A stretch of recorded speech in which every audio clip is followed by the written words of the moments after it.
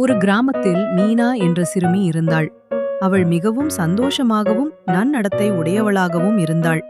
அவளுக்கு பள்ளியில் செல்லவும் நண்பர்களுடன் விளையாடவும் பிடிக்கும்.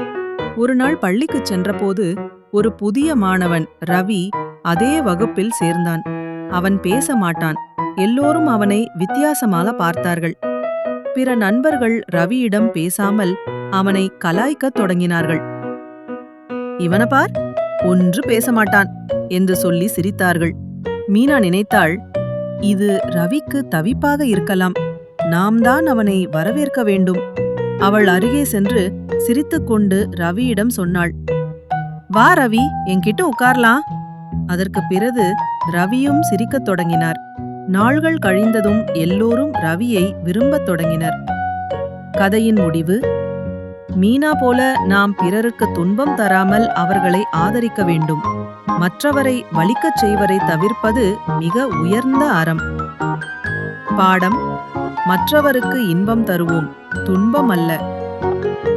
இந்த வீடியோ உங்களுக்கு பிடிச்சிருந்தா லைக் பண்ணுங்க, ஷேர் பண்ணுங்க, மறக்காம சப்ஸ்கிரைப் பண்ணுங்க.